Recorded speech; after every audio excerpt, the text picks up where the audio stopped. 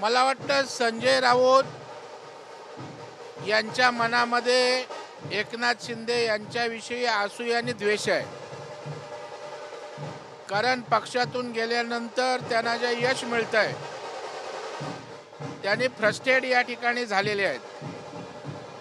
तसं पाहिलं तर असं कोण शहर विकत नसतं. उलट पक्षी एकनाथ शिंदे साहेबांनी ठाणे शहराचा विकास केलाय. ठाण्याला त्या ठिकाणी सर्वार्थानं विकसित व्हावं म्हणून तन मन धन झोकून पालकत्वाच्या भूमिकेतनं त्यांनी सातत्यानं ठाण्यावर लक्ष ठेवलेलं आहे.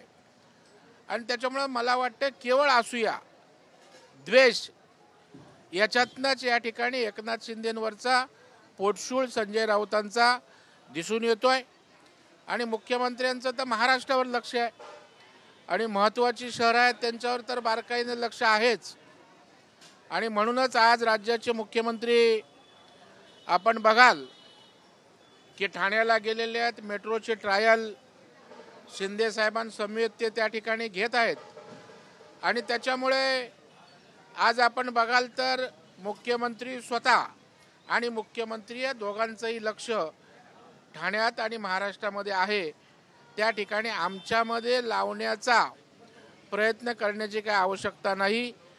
आम्ही तिन्ही पक्ष महायुती म्हणून त्या ठिकाणी शहरांकडे लक्ष देतोय आणि ठाण्यात तर महायुतीचं विशेष लक्ष आहेच. अरे जिल्हाधिकाऱ्यांची मागणी आहे त्याच्यावर सुनील तटकरे म्हणाले की योग्य वेळ आली की संधी देऊ. नाही, मला वाटतं शेवटी धनंजय मुंडे एक नेते आहेत, ते मंत्री होते, त्याच्यामुळे स्वाभाविक त्यांना वाटत असेल की आपण आज बाहेर आहोत आणि त्याच्यामुळे त्यांनी तशा प्रकारची मागणी केली असावी आणि प्रदेशाध्यक्षांनी त्याला उत्तर दिलेलं आहे. शेवटी हा त्यांच्या पक्षाचा विषय आहे, त्यांनी काय करावं हा त्यांचा विषय आहे. एकनाथ शिंदेंचं मत आहे की ग्राउंडवर उतरून काम करा, जनता दरबारावर भर द्या, कामचुकारपणा चालणार नाही. नाही, एकनाथ शिंदे ग्राउंडवरचे कार्यकर्ते आहेत आणि त्याच्यामुळे ग्राउंडवरचा कार्यकर्ता जेव्हा नेता होतो त्यावेळेला त्याला ग्राउंड रियालिटी माहीत असते आणि त्याच्यामुळं लोकाभिमुख व्हायचं असेल तर जनतेत जावं लागतं, ग्राउंडवर काम करावं लागतं. हा सल्ला त्यांनी आपल्या कार्यकर्त्यांना दिलेला आहे आणि निश्चितपणे कार्यकर्ते तसं करतील. आणि प्रमुखाच्या नात्यानं त्यांनी कार्यकर्त्यांना बचावलं की असं जर केलं नाही, कामचुकारपणा केला तर सहन करणार नाही, हे आपला पालक किंवा नेतृत्व सांगत असतं.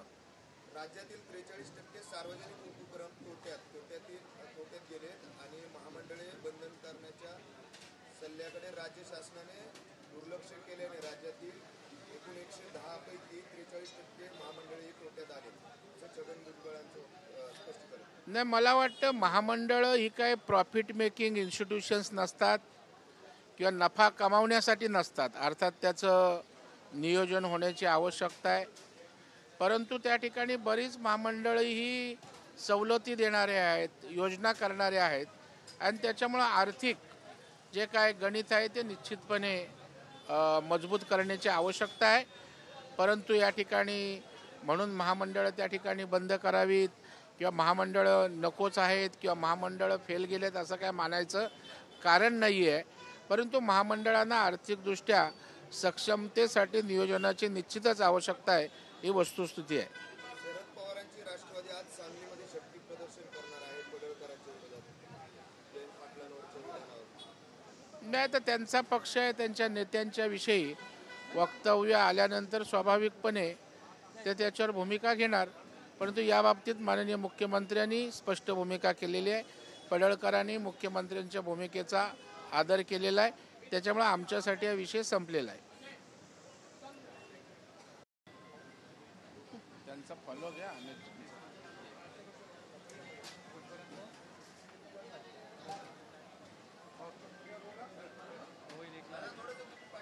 लेख म्हणजे किती? 5 मिनिटं. 5 मिनिटं.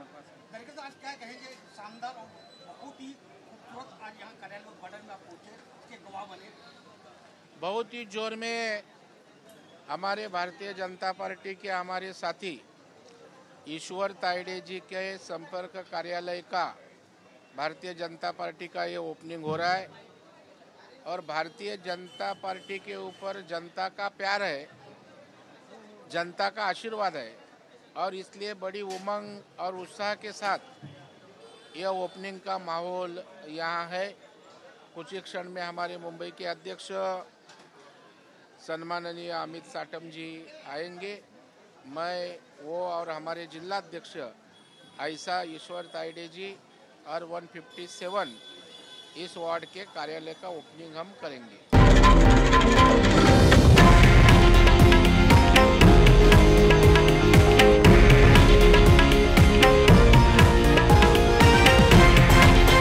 हे आहे देशातील नंबर 1 न्यूज नेटवर्क आणि आपण पाहत आहात TV9 मराठी, एकमेव।